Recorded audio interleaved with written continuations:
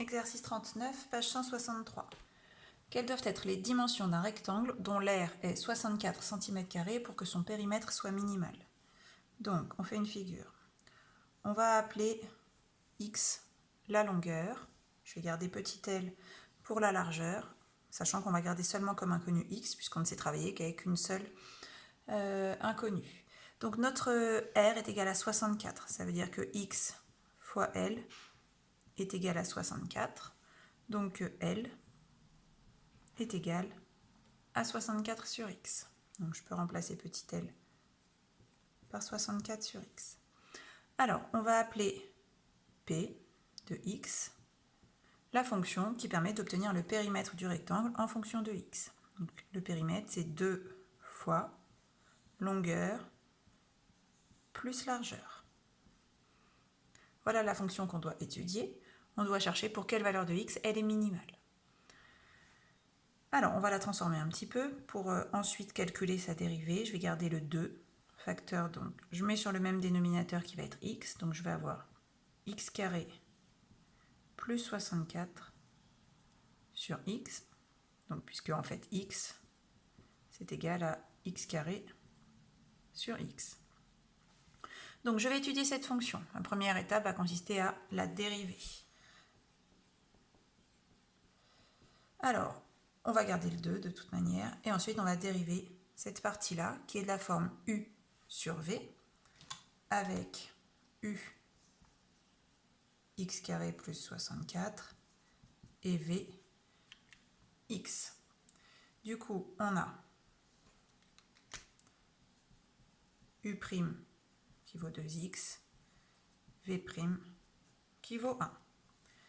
Alors, on a la formule, je vous la réécris, u sur v', qui est égal à u'v moins uv' sur v carré. Donc, on n'a plus qu'à remplacer. Alors, u' c'est 2x fois vx, donc 2x carré, moins u x carré plus 64 fois v' qui vaut 1, donc je ne l'écris pas, sur v carré, c'est-à-dire x carré. On va essayer de simplifier un petit peu cette écriture. Je vais conserver le 2 devant, le x carré. Donc je vais avoir 2x carré moins x carré, donc x carré moins 64, puisqu'on a un moins devant les parenthèses. Donc notre objectif est d'étudier le signe de cette dérivée pour connaître les variations de la fonction p. Donc pour étudier le signe de cette dérivée, on regarde un peu plus près à quoi elle ressemble. Donc le 2 est positif, il n'a pas d'influence sur le signe. X carré est positif, il n'a pas non plus d'influence sur le signe. Donc en fait, la seule chose qu'on va devoir étudier, c'est x carré moins 64. Donc P' de x est du signe de x carré moins 64. Reprenons. Donc nous devons étudier le signe de x carré moins 64 qui nous donnera le signe de la dérivée P'. Alors c'est un polynôme de degré 2 dont on sait étudier le signe. On calcule son discriminant delta en faisant b carré, c'est-à-dire ici 0 au carré, moins 4 fois moins 64, ce qui nous donne 256. Il est positif. On a donc deux racines, x1 et x2, qui sont donc moins b moins racine de delta sur 2a. Ici, b vaut 0, donc ça va faire moins racine de delta sur 2a, donc moins racine de 256 divisé par 2, moins 8. Et pour la deuxième, racine de 256 sur 2, c'est-à-dire 8. On peut tracer le tableau de signes de la dérivée, puisque elle dépend du signe de x carré moins 64 que l'on peut obtenir rapidement maintenant grâce aux racines carrées. Alors attention, sur l'ensemble de définition de la fonction p, elle est définie sur 0 plus l'infini.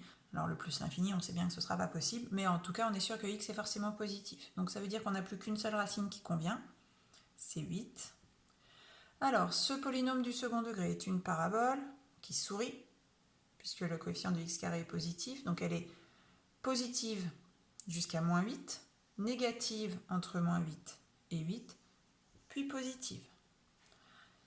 On en déduit que notre fonction P périmètre est décroissante puis croissante. Il me reste à déterminer ces valeurs-là.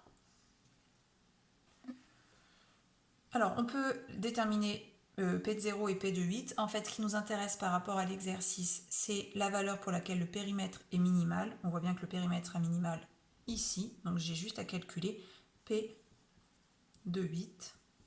Donc, ça fait 2 facteurs de 8 au carré plus 64 sur 8, ce qui nous donne, alors 8 au carré plus 64 sur 8 fois 2, 32. On en déduit que le périmètre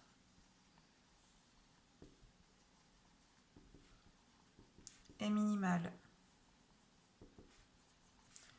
pour x égale 8 cm et vaut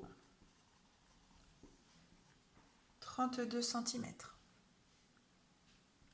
Alors ce x, c'est la longueur. Et on savait que la largeur était égale à 64 sur x, c'est-à-dire 64 sur 8 cm. Donc le cas minimal est obtenu lorsque le rectangle est un carré de côté 8 cm.